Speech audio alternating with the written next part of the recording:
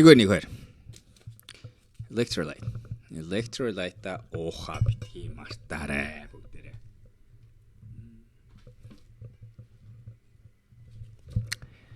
Энэ нэг зүйлийг энгийн зүйл аа. Энийг хүмүүс юу гэж боддгоо юм гэхээр за энэ нэг юм яриад байдгийг ингээд нэг юм муучвал хэрэгтэй л юм шиг байгаад байгаа. Эсвэл ингээд нэг дасгал хийхэд энийг дасгал хийж явах үед нэг юм уугах энэ төр хөлс гарч марвал зүгээр юм шиг ба.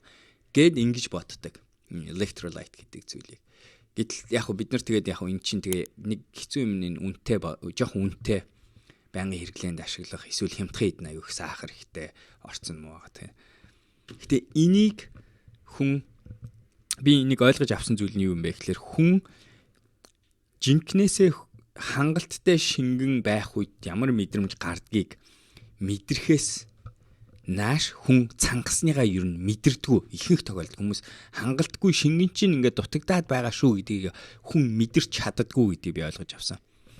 Тэгээд энэ хүмүүс ер нь тэгдэм бил. Тэр өөр хэлбэл яадгийн ихлээр бид нар өөрсдөө санаачлахтайгаар энэ нэг зүйлүүдийг өөрөөхөө шингэнийгээ зөв байлгаж барьж явахгүй бол бидний бие физиологи харамсалтай нь биднэрт энэний сигналыг эрт хэлж чаддаггүй. Тэгээ шингэн дутагдах юм сүртэй ингэж бодонгод айгүй олон ядаргаатай нөлөө биенд гарч эхэлдэг. Ботл чинь ингээ жоохон ингээ юутай нэг үүлэрхэг юм шиг санагдаа тунгалаг харж чадахгүй байх байдал тэнцээ гарч ирж байгаа. Юм цээжлж чадахгүй, юм ойлгож чадахгүй, нэг л хөдөлгөөн юм ноцоорсон энэ болгон чинь хүний биений тэр нэг шингэн дутагдах dehydration гэж яриад байгаа зүйл чинь амар чухал зүйл болохоор хүмүүс энийг ингээ яриад байдаг.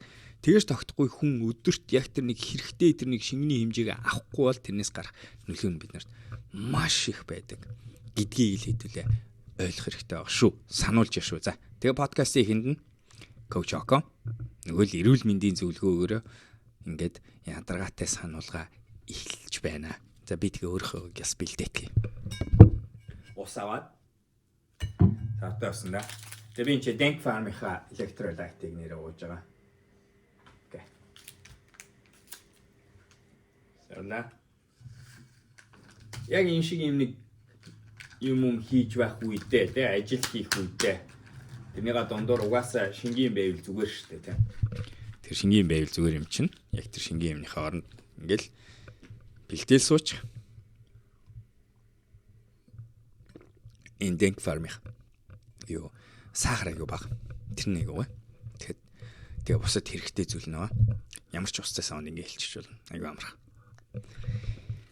Хайтан form factor-тай. За өнөөдөр тэгээд подкастад автоморлоо Coach Oko-гийн подкаст анхудаага орж ирж байгаа бол үзээд тэгээд хэрвээ таалагдах бол subscribe хийхээ битгий мартаарай.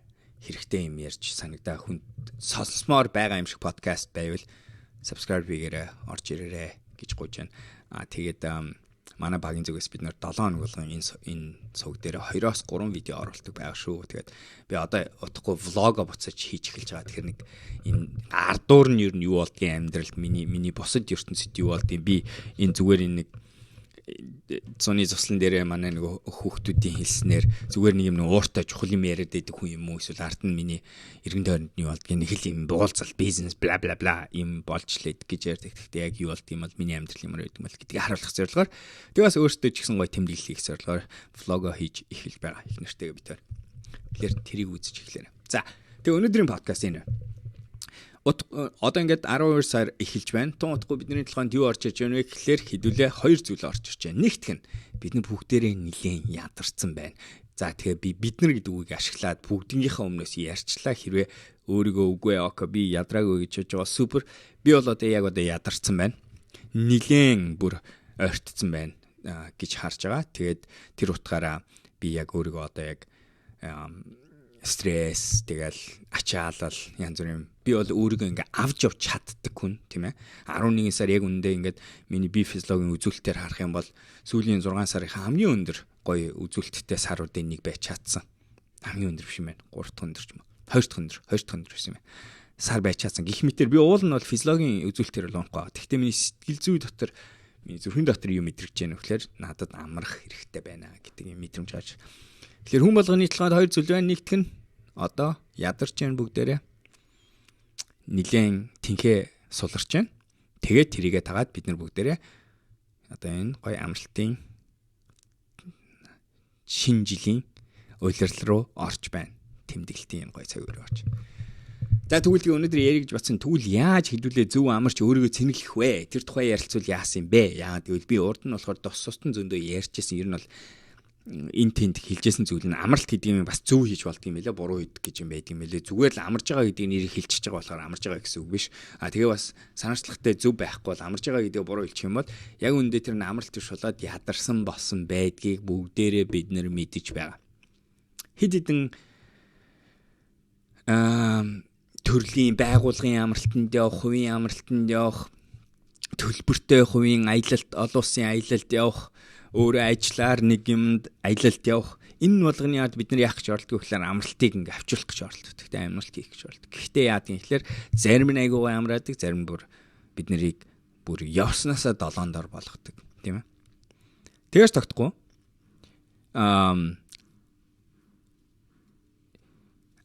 Амарна гэчээд буцаж ирээд дахиад амралтаасаа амралт хэрэгтэй болсон нөхцөл бас айгүй харагддаг.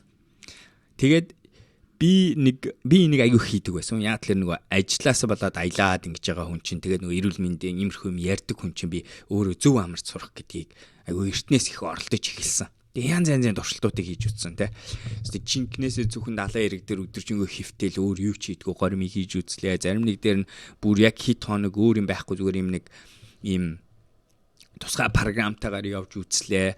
За би өөрөө тэр харин өстой нөгөө нэг юм манай хамаатан садны ойрын хүмүүс дотор тэр нөгөө нэг юм зохион байгуулалттайгаар өөр улс руу яваад аялдгийг хийжсэнийг би зөндөө хит удаа судлаа сонсож үзсэн. Тэр бол надад ерөөсөө тийм зарим нэг аялал дээр нь би өөр хүмүүсийг дагаад ерөөсөө дан шопинг хийсээр тарж исэн аяллууд байгаа. Гэх мэтэр би янз янзаар нь хийж үзсэн. Тэгээд ойлгосон зүйл нь юу гэсэн чинь за мэдээж амралт гэдэг бол хүн болгоны хувийн горимд бол тохирсон тэр хүнийхээ системтэй холбоотой юм байна гэдгийг ойлгож авсан. Тэр бол ойлгомж. Гэхдээ тэгсэн ч гэсэн хэн байхаас үл хамааран ямар онцлог ямар байдлаар та өөрийнхөө төв мэдрэлийн системийг боловсруулснаас үл хамааран амжилттай амралт гэдэг зүйлд нэг ижил төрлийн шинж тэмдгүүд байдгийм байна гэдгийг ойлгож авсан. Тэгээд тэдгээр зүйлүүдийгээ бид нэр үнэхээр амрыг гэж байгаа бол тэр нэг амралтын өдрүүдэд тэр амралтандаа зориул зарцуулж байгаа тэр мөнгөө, тэр цагаа, тэр заваа, тэр анхаарлаа, тийм ээ, тэр алдагдсан өртгөө яг бодит өгөөчтэй юм болгож авсан дээр баг гэж бодож байна. Тэгэхгүй бол хайрын цагаа аваад яг ингээд яг одоо бид нар ингээ ихэнх хүний хувьд миний хувьд одоо ингээд үнэхээр ядрах гад ингэсэн байжсэн нэг амарсан чинь амарсан болоогүй долоондор болчихвол хайр яа тэгэхээр дараачийн миний амрах боломж магадгүй тийм ойрхон биш гэж магадгүй тийм. За энэний тухай хэдүүлээ ярьж байгаа. Тэгээд хэдүүлээ өнөөдөр би нэг киддийн юмыг ярмаар ямар амралт зөв амралт ингээд тэгээ буцаагаад яаж тэрийг зөв хийхдээ өөртөө юу дээр анхаарах вэ гэдэг тухай ярилцъя гэж бодсон юм аа. За тэгээ хэдлээ шууд энэ чинь сэглэе. Сайхан амралт, муухай амралт, амжилттай амралт, амжилтгүй амралт. За амжилттай амралт гэвэл ямар амралт бүгдээ ойлгож байгаа. Хэд хэдэн тэгтээ нэг гурван зүйл дээр хэдлээ анхаараасаа гэж үсэ. Нэг нь болохоор бие физиологийн тал дээр анхаармаар, тийм ээ. Хоёр дахь нь болохоор сэтгцийн эрүүл мэнд дээр анхаарна. Гуравт нь сэтгэл одоо энэ ментал гэсэн үг тийм сэтгэлийн, бодлын. За барыг энийг нь хэдлээ ингээ хооч байж байгаа. Бодлын эрүүл мэнд гэж бодъё. Бодол. Тэгээд гурав дахь нь болохоор юу? Сэтгэл хөдлөл, мэдрэмжийн эрүүл мэнд гэж бод. За тэгээ би энэгээр юу гэж ярих гэдэг нь ингэж юм гэсэн үг. Амралт хэрэгтэй гэдэг чинь эхлээд болохоор бие физиологийн хувьд ядарсан байх. За энийг бол бид нар бүгдээрээ яаж таньдгаа мэднэ. Ойртой унтаж чадаагүй байх, илүүдэлжинтэй болж эхэлсэн байх, тийм ээ үс чинь унж эхэлсэн байх. Бие физиологийн хувьд ядралтын илэрл, арьс чинь хурааш эхлэх, арьс чинь ядралтын бүх төрлийн хоол унд шингээж чадахгүй байх, одоодны эрүүл мэндийн асуудалтай хуучин дээр үеийн өвчин гүчин буцаж сэргээгдэж ирэх, тийм ээ. Тархитлагоо чинь зөв ажиллаж чадахгүй байх. Энэ болгоно бол бие физиологийн ядралтын шинж тэмдгүүд. За бодлын гэхлээр яах юм та? Нөгөө 9 шидийн санаа зовдгүй юмнууд дээрээ санаа зовоод эхлэхтэй ерөөсө бодогдож байгаа юмнууд чинь баахан юм дүүрсэн юм. Ерөөсө нэг дүүрнэл бодол санаа зовлтоор дүүрэн хүн болцсон байх хэлж байна. Эсэргээрээ эрүүл байна гэдэг чинь бодол нь гоё хөнгөн илүү дутуу юм руу овоос ороод савлаад хэцүүдэд байдгүй цөөхөн хідэн байгаа зүйлээ цогцон охин байгуулалттай авч явж чадж байгаа тэр байдлыг хэлж байгаа. Бид нар бүгдээрээ мэдэн шүү дээ. Ирч хүчтэй тэнхээтэй гоё байх үедээ бид нар тэгж чаддаг. Гурав дахь нь мэдрэмжийн хувьд гэж байна. Мэдрэмж сэтгэл хөдлөл гэдгээр юу ярьж байгаа? Стресс ярьж байна тийм ээ. Одоо идлээ тэгээ ярьчтэй. Яг тэр нэг юм айгүй их юм мэдрэгцэн энд нэг хүнд юм хоримтлагдж ирсэн. Гүнзгий амсгаав гэхэл цээжин дээр даралт бий болчихсон. Жин өөрдөө нуруунд дээр бий болсон гих мэдрэмжүүдийг хэдлээ ярьдаг. Тэгээ энэ болгоныг л хэдүүлээ өнөөдөр энэ гурвын хүрээнд хэрвээ харах юм бол яхахгүй бүтэмжтэй, амжилттай юм уу, амжилтгүй амралт гэдгээр ингээд харж болох гэдэг юм тийм ээ. Алин дээр ямар төрлийн амралтуудыг хүн хийхээр ер нь бие физиологийн хувьд, бодлын хувьд, саяны ярьсан эсвэл мэдрэмжийн хувьд, сэтгэл хөдлөлийн хувьд цэвэрлэж гарч чадаад ямар төрлийн амралтыг хийхээр харин эсэргээрээ өшөө бие физиологоор ядарч орж ирдэг. Өшөө стресстэй, өшөө гоморхоод орж ирж гэнэ үү? Гоморхоод стресстэй тэгээ тэнцэнээс өшөө санаа зовх юмтай болоод төгшүүртэй орж ирж байна. Тэгээ сүүлийнх нь болохоор сэтгэлд мэдрэмж гэж байгаа болохоор те нөгөө нэг хүн жинтэй юм арилаагүй тэр ивэрэ өшөө магадгүй тэр нь бүр долоонд оролцсон. Яа тэгэхээр тэнд байх хугацаанд дандаа нөгөө нэг санаа зовж ирсэн зүйлийнхаа тухай бодсоор байгаа тавьж байгаа. Тэгээ энэ гурван зүйлээр ингээ хэмчих юм бол өнөөдөр таны тэр амралт тэр гурыг чинь гоё цэвэрлж хөнгөлж өгсөн үү эсвэл доороо туулсан уу гэдэг юм л бодох. За тэгэнгუут нэг хэд хэдэн зүйл байдаг юм байна гэж. Нийт ер нь амралтын хугацаа ямар байх ёстой юм бэ гэдэг сонирхолтой асуулт гарч ирж байгаа. Миний одоогийн өөрийн дуршлагаас болохоор мэдээч ядралтаас хамаарна тийм ээ. Өөрөөр хэлбэл хүн нэг жоохон юм мэдэрчээд амрыг бол арай богино хугацаа хэрэгтэй байх амарч дуус.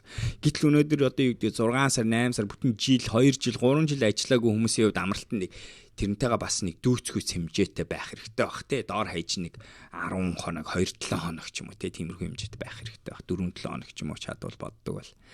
Тэмчлэгээр нэрээ 5 жил ажилласны дараа 1 сар гэсэн горим Америк болон олон улсын байгууллагууд хэрэгэлдэг. 5 жил ажиллаа ирэн амрах хүн дахиад 1 сарын бүтэн юу sabbatical гэж сарыг өгдөг те. Тэр нь тийм санаатай ба. Тэгэхдээ бидний энгийн амьдрал гэж хараад энгийн одоо ингээд ажил хийж байгаа залуу хүн тэгээ ингэж байгаа. Тэгээд энэ жил болгоно нэг авах хэвээр амралтаа авдаг гэд явъя. Шинжил мэнжилдээ явдаг, жирийн цагийн үеэр ажилтдаг хүн гэж бодох юм бол ер нь ийм нэг одооных шиг ийм нэг ядарсан үеэсээ цэнэглийг бол надад одоо мэдрэгдсэн цаг нь бол доор хэж 4 өдөр байх хэрэгтэй гэдгийг бол ойлгосон. Яагаад вэ гэхлээр миний ойлгосон зүйл нь тэр ихний амралтны газар дээр очичоод эсвэл амралт эхэлсэн гэдэг тэр цагаас эхлээд амралтын горим руу тархитлахой хамгийн гол нь мэдрэлийн систем чинь өөрөө шилжих тэрэнд нэг цаг хэрэгтэй байдаг юм шиг байна. Тэр нэг ойролцоо нэг минь доор хаяж бүр яг 24 цаг сайн үед ихэнх тохиолдолд 48 цаг болж яг бүрэн утгаараа ингэж гоё шүн унтах тэр танихгүй газар унтсан ч гэсэн гэртээ унтдаг юм шиг амрахыг хэлж байгаа тийм ээ. Тэгэхээр нэгтэл рүүгээ орох гэж 48 цаг болдог, гарах гэж 48 цаг. Тэгэхээр би нэг доор хаяж нэг ойролцоогоор нэг те юу гарч орсоор байтал гээд ярангуут доор хаяж нэг 4 хоног байвал зүгээр гэж харж байгаа. Гадуур гарч байгаа зөвлөгөөг харсан чинь 8-аас 12 хоног байвал зүгээр гэж харж байгаа. Юу бол дээшлээд бол яах аргагүй. Тэгтээ нөгөө дахиад адилхан нөгөө хувийн юунаас хамаараа. Тэгтээ дээшлээд бол нэг одоо юу гэдэг бид нар ихэнх ажлынхаа амьдралтай байгаа юм. Тэгээд юм урт ам аавна гэж төлөвлөөгүй. Тэгээд төлөвлөгөөгүй амралт авсан хүнээд бол юу 2-7 хоног л юм шиг надад бол санагдсан. Миний хувьд би чинь тэгээд нөгөө бас тийм гормоор яах хэрэггүй нөгөө буцаад нөгөө жилийнхаа төлөлгөөрөө буцаж ороод ажил дээр юм хиймээр юм байгаад байгаа болохоор тэр лүгэ сэтгэл зүйн хувьд ч гэсэн орох юм аа. Тэгэхээр энэ нэг амралтын өдрүүдийг тооцсонгоо тэр саяны миний хэлж байгаа тэр ажлын гормоос амралтын горим руу төв мэдрэлийн системээр шилжих гэдэг нь өөрөө айгүй чухал болж байгаа шүү. Энэ би 2 дахь камер гар утсныхаа юм хөдөлгөөнтэй юм тавьчихсан чинь тэр нь даагч जैन. Тэгээ төвчж जैन. За тэгэхээр бид нар хугацаагаа төлөвлөөрэй гэж хэлж байна. Тэгээ би тэрийг баг юу гэж хэлэх вэ гэхээр хоёрын хооронд 2 хоног хийчихэд амарна гэж боддог хүмүүс үгүй шүү, болдгүй шүү, бүтдэггүй шүү. Ер нь бол 2 хоног гэдэг бол баг миний бодлоор өст айгүй минимум гэж бодож байна. Гэхдээ би хардаа амралт гэж ярихаараа тийм өдрүүдийн юм ярьж байгаа болохоос ш мэдээж одоо юу гэдгийг нэг хагас өдрийн юм зохион байгуулж өөртөө зориулж амраах, спанд явах одоо өөр юу ч үгүй янз бүр юм хийх мэт тэр бол өөр шүү. Тэр чинь юм жижиг юм зүгээр юм тайм аут шиг юм. Амралт гэдэг утгаар нийлээ. За дараагийн нэг бодох хэрэгтэй юм шиг бол байршил. За энэ дээр би нэг хоёр л хэлье. Нэг нь болохоор юу хэрвээ та ингээд аялаж шинэ газар үзэж байгаа бол тэр хүлээлттэй зөв байлгаарай. Шинэ газар үзэх, амрах гэдэг бол хоёр өөр.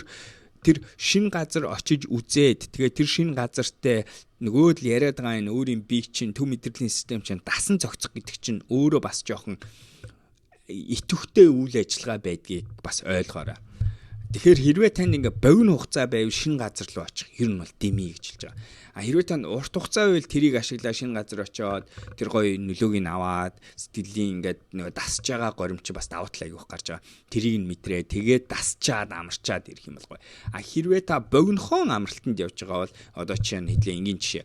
Тэрэлж рүү яваад тэрэлжэд одоо айгүйх кампуд байна. Аль кампыг сонгох вэ гэж бодох юм бол эсвэл буудал яри. Тэгэх юм бол богинохон хугацаанд амралт хийж байгаа хүмүүс болохоор аль болохоор таньдаг мэддэг баталгаатай газар руу явуул дээр хугацаа урт байгаа бол жоохон эрсдэлтэй хадал явдалтай газрыг сонгоорой гэж хэлмээр байна. За тэгвэл би шинэ улс руу явж байгаа ямар буудлаа сонгох юм? Нөгөө мэддэг дасдаг нөгөө буудлынхаа Marriott руугаа яв, Hilton руугаа яв тэ тэднийгээ мэдчүүл юу гэх юм. Тийм ч болохоор би зарим олон газруудаар явж байхдаа ер нь бол хөвчлэн амралтын өдөр биш бол кофего ижлэн газараасаа л очиж явдаг.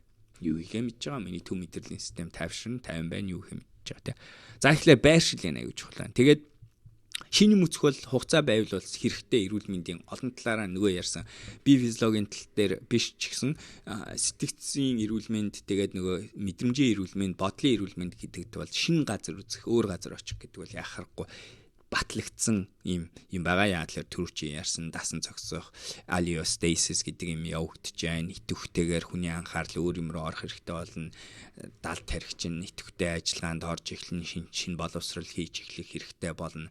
За тэгээ хоёр дахь нэг юм нь болохоор гэхдээ бид нар монголчууд энийг бүгдээрээ мэднэ байгальд байх бол зүгээр л байгальд юу ч хийхгүй байсан ч гэсэн хүн хамаагүй их гоё амарч чаддаг гэдэг нь бол батлагдсан олон шалтгаанаас болоод тэгэхээр энэ хоёр байршил гэдэг дээр энэ хоёрыг бодоорой гэж хэлж байгаа. Гурав дахь миний хэлж байгаа зүйл нь болохоор гой дассан сурсан газраа ашиглаарай хэрвээ богинохон амралтанд явж байгаа. За гурав дахь зүйл нь үйл явдал тийм ээ. Юу хийх юм бэ? Амралтанд очоо яах юм бэ? Энэ дээр би ганцхан юм хэлчихье. Хүмүүс болохоор яадаг юм гэхээр сайхан унтаал хөвтөл тэгвэл амарч нь үгүй ихэнх нь тэгдэггүй шүү. Тим амралт чинь 1 өдөр 2 өдрийн амралтыг л ярьж байгаа шүү. Унтаад хөвтдөг амралт. Яадгүй хүн гэдэг чинь үргэлжлүүлээд хэдэн өдөр унтах ёсгүй амтан байхгүй. Тэгээд яадгүй гэхээр унтаад хөвтий явъя гэсэн хүмүүс бие физиологи жоохон амарсан юм шиг санагддаг боловч сэтгэл зүй бодол санал мэдрэмжийнхээ хувьд амраагүй ирдэг. Яадвэл тэд нар нөгөө тархитлагоогоо зоригтой үйл ажиллагаа хийлэхгүй хоосон байлгахаар чинь тархитлагоо яадаг юм гэхээр санаа зовлт өөр нөгөө бусад хүүрнэл за тэгээд тэрнээсээ болоо хүмүүс яадаг юм гэхээр сошиал медиа ухсаар гаал ирдэг. Унтах зориггүй явсан амралтанд явсан хүмүүс ах эгч нар маань яачаад ирдэг вэ?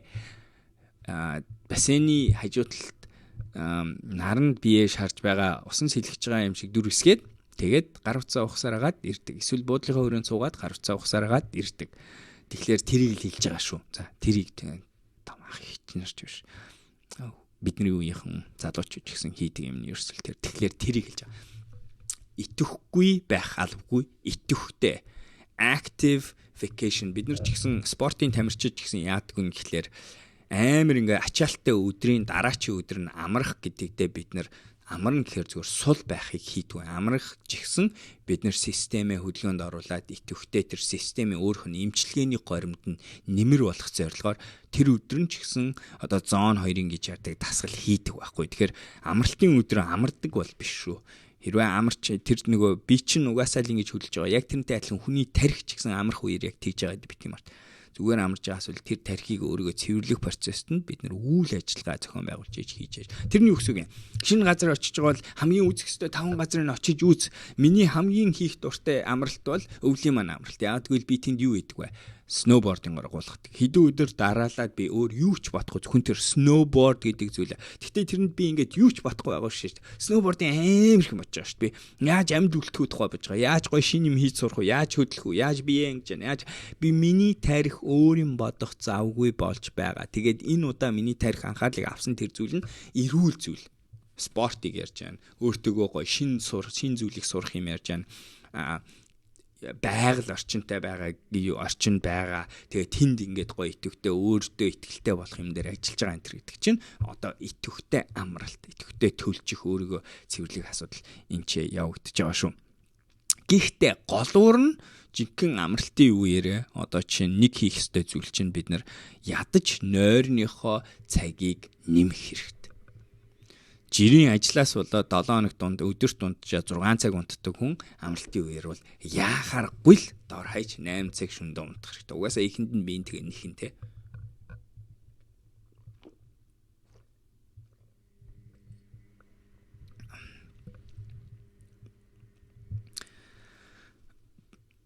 Би нэхэн тэгэнгუთ 13 14 цаг унтчаад тэгээ тэнцэнсээ буцаад хідүүлээ яагаад яаж нөгөө нэг 8 9 цаг гэсэн нэг байнгын энгийн горим руугаа шилжих вэ гэдгийг хэллээ. Тэгэхээр зүгээр хэлэх гээд байгаа санаа. Тэгэхээр унтна.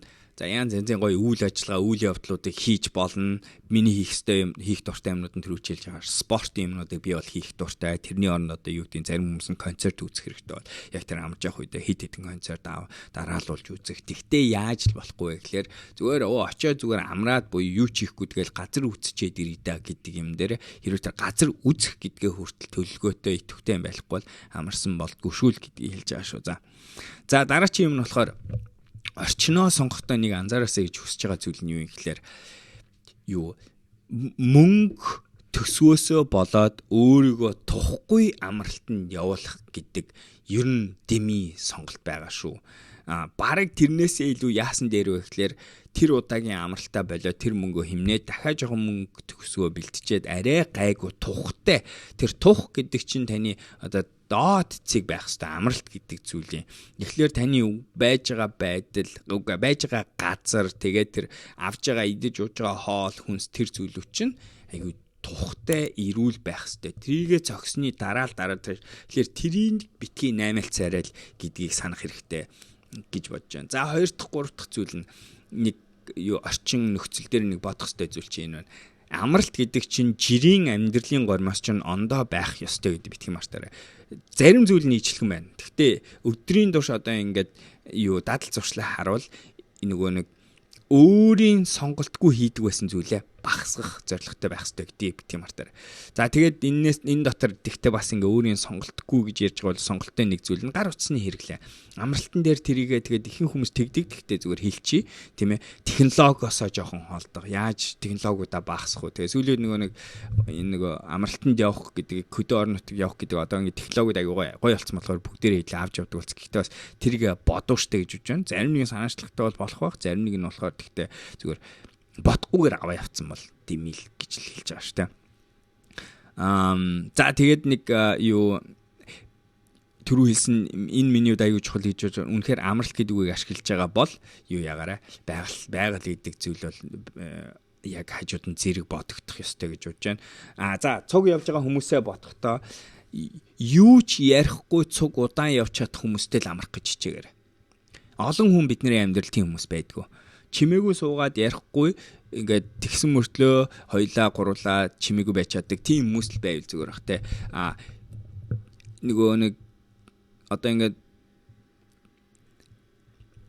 нэг арга барил дээр өөрөө айгүйх баригдчаа тэрнээсээ болоо стресстэй хүнтэй явчвал бас хэцүү бах те. Галыг яаж асаах вэ? Энэ хоолыг яаж хийх вэ? Бла бла. Эсвэл одоо тэр буудалд байхдаа өдрний юм их үү, тийм их үү? Амралтын үеэр та өөрийнхөө л эрх мэдлийг, эрх ашгийг хамгийн голчилж, чухалчилж авч явах хэрэгтэй гэдгийг битгий мартаарай. Тэгвэл хүнд үйлчлэх гэж явж байгаа зүйл биш гэдгээ битгий мартаарай. Тэр утгаараа үйлчлэгээ хэрэгтэй юм шиг хүмүүстэй явах бол дэмий байх гэж бодож байна. За тэгээд сүүлийн төгсгөлд нь хэлэхэд гих мэтийн бодож байгаад амралтаа зөв төлөвлөөрөө л чадах хэмжээгээр зөв төлөвлөө. Ялангуяа одоо энэ ирж байгаа энэ гоё шинжлэхийн амралтаар өөртөө хэрэгтэй гоё зүйлийг цагийн өнгөрүүлээрэ гэж хэлмээр байна. Хэрвээ та тэгээ яг хэлье би одоо энэ өвөл яах гэж байгаа гэхээр өөрөө нэгт болохоор цанаар гулахыг хүсэж байгаа. Хоёр дахь нь болохоор манай Play Academy чинь Тайландд монголчууд очиж амардаг үеэр нь далимдуулаад хүүхдүүдэд зориулсан би өөрөө манай Amrit Bitor Thailand-ын Startup Island гэдэг шинэ олон улсын кампа зохион байгуулж байгаа шүү. Тэгэхээр чинь одоо нэг юм зүйл рүү хэрвээ та өсвөр насны хүүхдүүдтэй бол энийг сонирхож болно. Тэгээд явуулаарай. Тэгж амрах гэж байгаа чинь. Тэгээд энэ үнийх байна. Тэгэхээр та ч гэсэн тэгж бодож төлөвлөөрэй. Өөрийнхөө гой сонгоод энэ жилийн амралтыг өшөө гоё өөртөө бие физиолог, сэтгэл зүй, бодол санаа, мэдрэмжээр гоё амарч чадсан стрессийг жинкнээсээ зөвхөн биенээсээ зүрхнээсээ гаргаж чадсан тийм амралтыг бий болгоосай гэж өнөөдрийн подкаст хийж байгаа шүү. За тэгээд үзээрэй. Зарим нэг зүйлийг ашиглах гэж оролдоорой. Өөр гой санал байвал коммент бичээрэй. Коммент бичиж байгаа хүмүүстээ маш их баярлалаа. Тэгээд л дараагийн видеогоор уулзцгаая. Баялаар өдрөг байцгаарай.